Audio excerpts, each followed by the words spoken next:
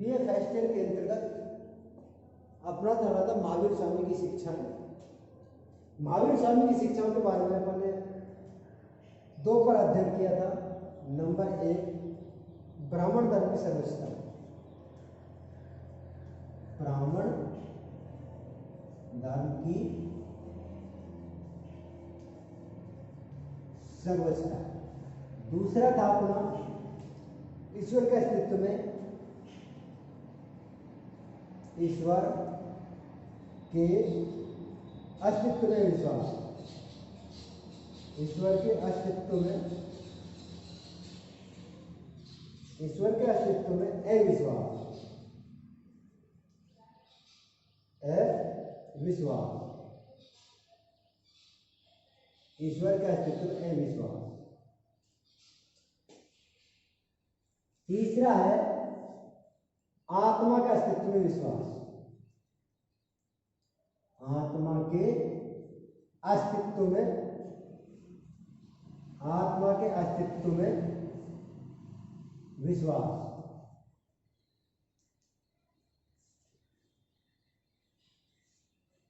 महात्मा बुद्ध ने आत्मा में विश्वास नहीं किया, लेकिन महावीर स्वामी जैन धर्म आत्मा में विश्वास करता है। यानी कि जैन धर्म है जो इसमें करता है, आत्मा में विश्वास करता है। महावीर स्वामी आत्मा के अस्तित्व में विश्वास नहीं करते थे। भगवान बुद्ध और महावीर स्वामी आत्मा के अस्तित्व में विश्वास है। जिस प्रकार हिंदू धर्म के अंतर्गत आत्मा में विश्वास किया जाता है, उसी प्रकार जैन धर्म में भी आत्मा के अस्तित्व में विश्वास किया जाता है। प्रत्येक जीव में आत्मा निवास करती है। आत्मा के स्वरूप नहीं है, वह अमर होती है। संसार में बार बार जन्म लेने मरने में आत्मा को अपार कष्ट होता है। अतः मनुष्य को ऐसा प्रयास करना चाहिए कि आत्मा जन्म मृत्यु के सांसारिक बंधन से मुक्त हो जाए। अगला है अपना कर्म के सिद्धांत में विश्वास। कर्म के सिद्धांत में विश्वास। कर्म के सिद्धांत में विश्वास। चौथा, भगवान बुद्ध कर्म के सिद्धांत में विश्वास करते हैं। जैन धर्म के अनुसार मनुष्य में आत्मा सदैव उसके कर्मों में से गिरी हुई है। मैंने कि जैन धर्म के अनुसार मनुष्य की आत्मा सदैव उसके कर्मों से गिरी हुई है। यानी कि उसकी आत्मा किससे गिरी हुई है? कर्मों से। अब क्या होता है, यदि जिस प्रकार व्यक्ति कर्म करेगा उसी प्रकार उसका फल मिलता है। तो निश्चित है कि कर्म के सिद्धांत में विश्वास करता है। जैन धर्म और महावीर बुद्ध भगवान भी कर्म के सिद्धांत पर विश्वास करता है। अब क्या कहते हैं, कर्मों से गिरी हुई है। कर्मों के अनुसार आत्मा संसार के शरीर धारण करता है। जैसे व्यक्ति कर्म करता है उसी प्रकार उसका शरीर धारण करता है। यदि अच्छे कर्म तो उसको अच्छे योनि में मिलेगा कर्म के आधार पर, और बुरा कर्म तो बुरे योनि में जाएगा। तो निश्चित है कर्मों के अनुसार शरीर धारण करता है। मनुष्य के श्रेष्ठ और निम्न कर्मों के आधार पर उसे श्रेष्ठ और निम्न योनियों में आत्मा को जाना पड़ता है। यानी कि जैसा कर्म करेगा उसी प्रकार उसको उस आत्मा की योनि में प्रवेश करता है। यही कारण है कि जैन धर्म के अनुयायी सभी प्राणियों के प्रति सद्व्यवहार एवं कर्मों पर विशेष जोर देता है। इसी प्रकार जैन धर्म उसके सद्व्यवहार और कर्मों पर विशेष बल देता है। अगला है 5वां, अहिंसा में विश्वास। अहिंसा में विश्वास।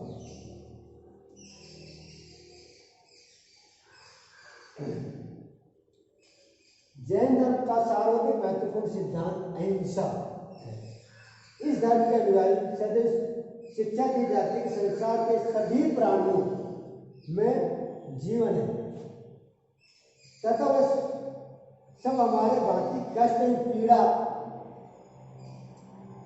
का अनुभव करते हैं। जिस प्रकार हम कष्ट और पीड़ा का अनुभव करते हैं, इसी प्रकार प्रत्येक प्राणी भी कष्ट और पीड़ा का अनुभव करते हैं। जैन धर्म के अंतर्गत अहिंसा का अर्थ अत्यंत व्यापक है। जैन धर्म के अनुसार अहिंसा का अर्थ अत्यंत व्यापक है। मन, वचन और कर्म, मन, वचन और कर्म, मन, वचन और कर्म से दूसरों को कष्ट पहुंचाना तथा उसके प्रति दुर्व्यवहार करना ही हिंसा है। यानी कि मन, वचन और कर्म के द्वारा किसी के साथ दुर्व्यवहार करना, कष्ट पहुंचाना, वो क्या है? हिंसा है। हम जाने अनजाने में प्रतिदिन अनेक कीड़े मकोड़ों की हत्या करते हैं। अतः हिंसा से बचने के लिए जैन धर्म के अनुयायी नंगे पैर घूमते हैं तथा अपने मुंह पर कपड़ा बांध कर रखते हैं, मास्क लगा कर रखते हैं। वे बहुधा पानी को भी छान कर पीते हैं। जिन जो पानी है उसमें कीड़े मकोड़े आ सकते उसको भी छान कर पीते हैं ताकि कीड़े मकोड़े पानी में प्रवेश न कर सके। उनके जीवन का मुख्य उद्देश्य विश्वास, उनके जीवन का मुख्य उद्देश्य विश्व के सभी जीवधारों के प्रति प्रेम, दयालु एवं सद्व्यवहार बनाए रखना चाहिए। यही हिंसा का वास्तव एक व्यापक स्वरूप है। यानी कि प्रत्येक प्राणी के अंतर्गत जीव कष्ट अनुभव करता है, वो किसी को भी हिंसा नहीं होनी चाहिए। जिनकी मन, वचन, कर्म से अपन मजाक में कभी किसी से झूठ बोल देते हैं, उसके ठेस पहुंच जाती है, तो ये प्रकार के अपन अपनी वाणी पर भी हमको संयम रखना चाहिए। इससे क्या है? व्यक्ति को हिंसा होती है। अगला है त्रिरत्न।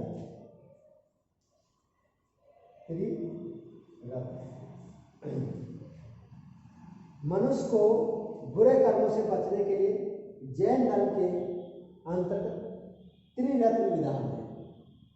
ये 3 रत्न है। सम्यक ज्ञान। त्रिरत्न कौन कौन से हैं? नंबर 1 सम्यक ज्ञान, नंबर 2 सम्यक दर्शन, नंबर 3 सम्यक चरित्र।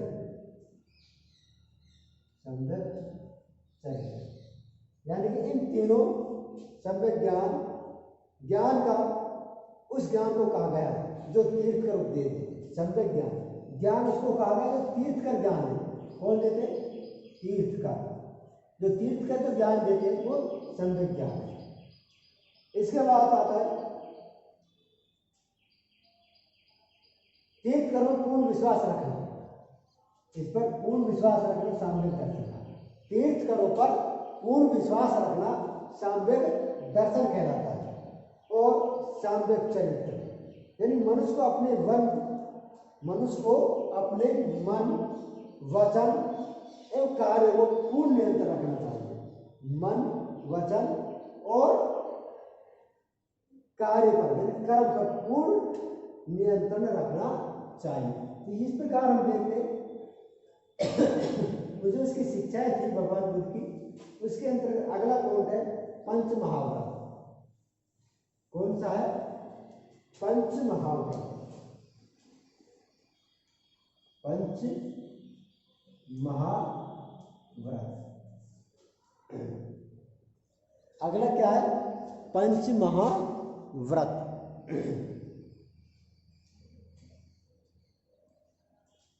पंच महाव्रत के अंतर्गत यद्यपि जैन साधु तथा साधारण जनता के लिए अलग अलग नियमों की व्यवस्था की गई, तथापि निम्न 5 नियम ऐसे हैं जिनका पालन करना प्रत्येक जैन साधु तथा प्रत्येक जैन धर्म के अनुयायियों के लिए अनिवार्य है। इन नियमों को जैन धर्म के सिद्धांतों के अंतर्गत पंच महाव्रत की संज्ञा दी गई है। जैन धर्म के अनुयायियों को पंच महाव्रत के अनुसार दैनिक जीवन यापन करना चाहिए। आत्मा कर्मों के बंधन से मुक्त हो सके, जिसके अंतर्गत ये 5 नियम बताए गए। यानी कि उसके अंतर्गत जो 5 नियम बताए गए, नंबर 1 पंच महावाक्य के अंतर्गत अहिंसा।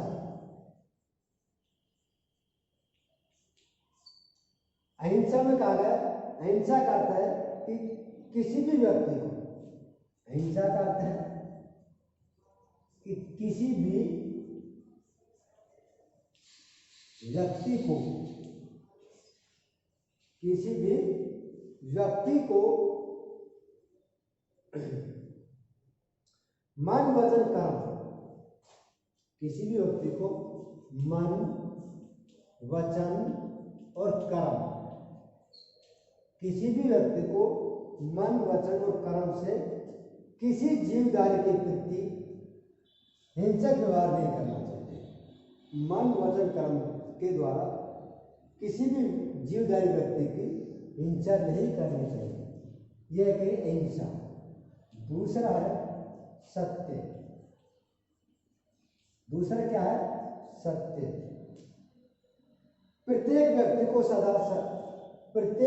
को सदा सत्य भाषण करना चाहिए। असत्य बोलना कटु आलोचना है, सत्य बोलना चाहिए। सत्य बोलना चाहिए, झूठ नहीं बोलते। लेकिन आज के व्यक्ति, प्रत्येक व्यक्ति बार बार और झूठ बोल रहे हैं, ये सही नहीं है। यानी कि सत्य बोलना चाहिए और सत्य का पालन करना चाहिए। मनुष्य को सदा सत्य मधुर बोलना चाहिए। अगला है तीसरा अस्त्य। अस्त्य मनुष्य को कभी किसी वस्तु की चोरी नहीं करनी चाहिए। चोरी करते हैं ना अपन, वो नहीं करनी चाहिए। चोरी नहीं करनी चाहिए। किसी भी स्थान पर पड़ी हुई वस्तु को ग्रहण नहीं करना चाहिए। कम तोलना, कम तोलना,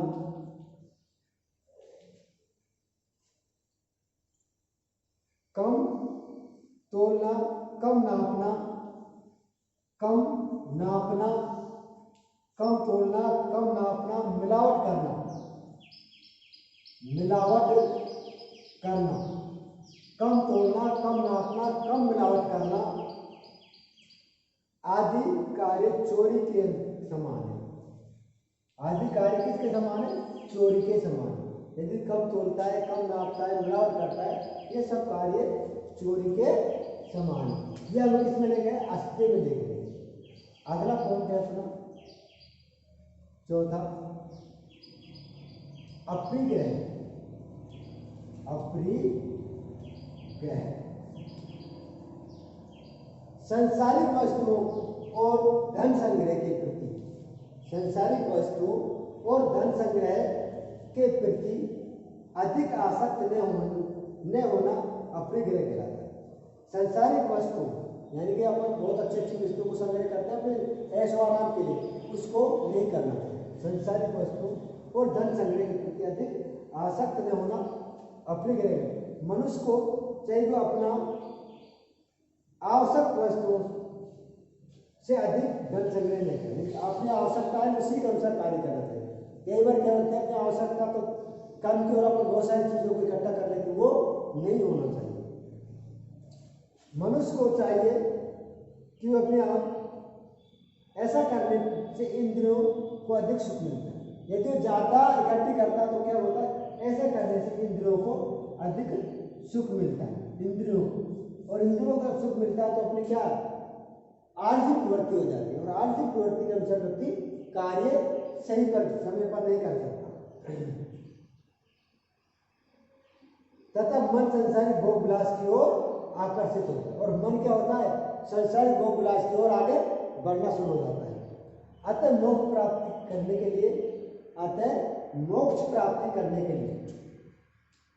मोक्ष प्राप्ति के लिए अप्रिग्रह व्रत का पालन करना परम आवश्यक है। ग्रह का पालन करना, अपने ग्रह का पालन करना अत्यंत आवश्यक है। और लास्ट में है ब्रह्मचर्य। ब्रह्मचर्य ब्रह्मचर्य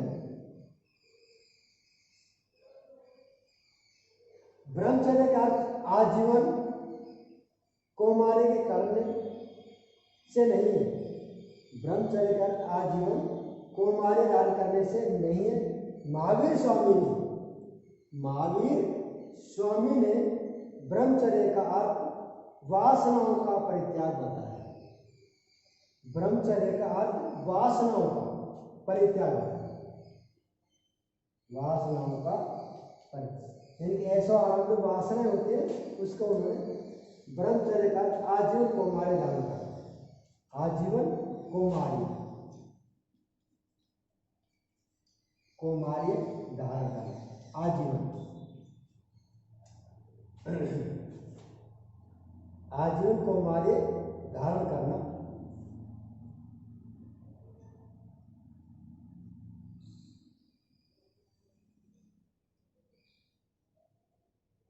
मन वचन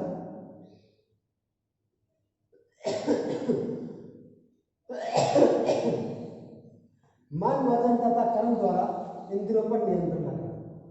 मन वचन और कर्म द्वारा, मन वचन और कर्म द्वारा इंद्रियों पर नियंत्रण करना। यह एक इंद्रिय इसको नियंत्रण करना।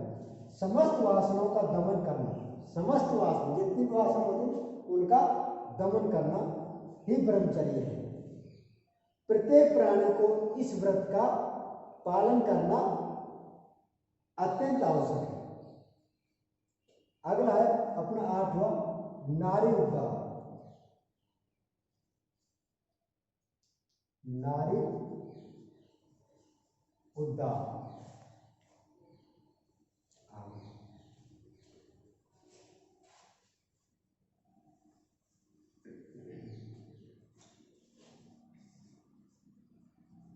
नारी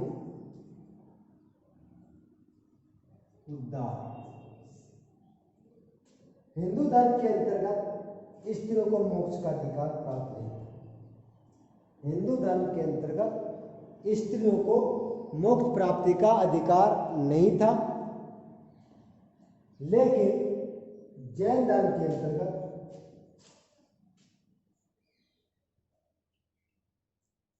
पुरुषों के समान स्त्री भी मोक्ष की प्राप्ति कर सकती है। लेकिन जैन धर्म महावीर स्वामी के अनुसार स्त्री भी मोक्ष की प्राप्ति कर सकती है।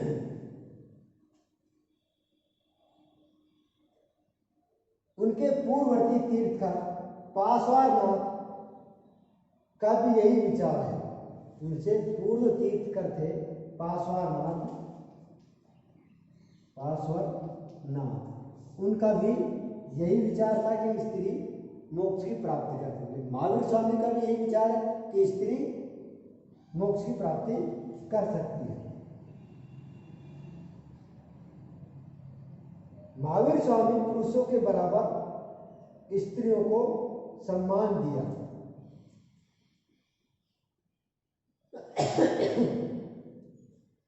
और जैन संघ में सम्मिलित होने के लिए अनुमति प्रदान की गई।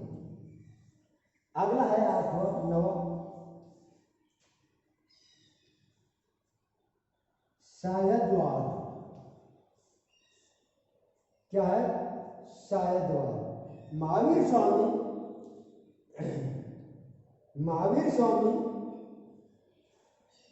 ने आत्मवाद और नास्तिकों को एकांत मतों महावीर स्वामी ने आत्मवादियों तथा नास्तिकों के एकांतवादी मतों को त्याग कर मध्यम मार्ग तैयार किया, जिसे शायदवाद कहते हैं। अर्थात इसको अनेकांतवाद भी कहते हैं। अनेकांतवाद, शायदवाद को अनेकांतवाद भी कहते हैं। इस सिद्धांत के अनुसार सत्य की व्याख्या विभिन्न तरीकों से की जाती है। इस सिद्धांत के अनुसार सत्य की व्याख्या अनेक तरीकों से की जाती है। किसी एक प्रश्न का कोई एक निश्चित उत्तर नहीं है। किसी एक प्रश्न का निश्चित उत्तर नहीं है और नहीं हो सकता। जैन धर्म के अनुसार किसी प्रश्न के 7 उत्तर हो सकते हैं। जैन धर्म के अनुसार किसी प्रश्न के 7 उत्तर हो सकते हैं। उदाहरण के लिए देखते हैं कि 7 किस प्रकार है।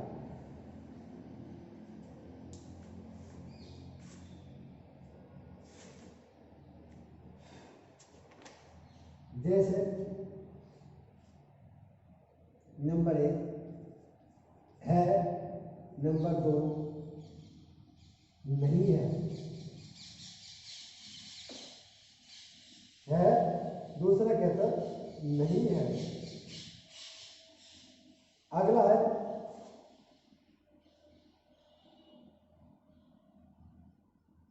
तथा नहीं है।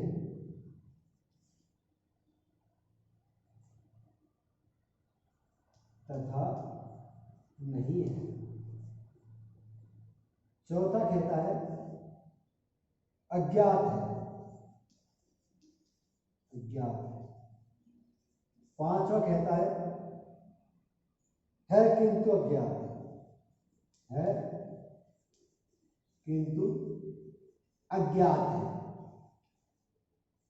6वां कहता है नहीं है तथा अज्ञात है। 7वां कहता है और नहीं है और नहीं है तथा अज्ञात है। यानी कि शायदवाद को हम अनेकांतवाद भी कहते हैं और अनेकांतवाद को उन्होंने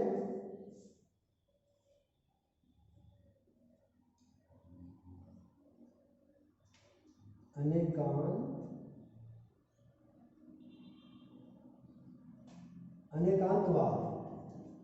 अब इसमें 7 नियम बताते हैं। यानी कि वो कहता है भी, एक कहता है, दूसरा कहता नहीं है, तीसरा कहता तथा नहीं है, चौथा कहता अज्ञात है, 5वां कहता है किंतु अज्ञात है, 6वां कहता नहीं है तथा अज्ञात है, 7वां कहता है और नहीं भी, फिर कहता तथा अज्ञात है। यानी कि 7 नियम।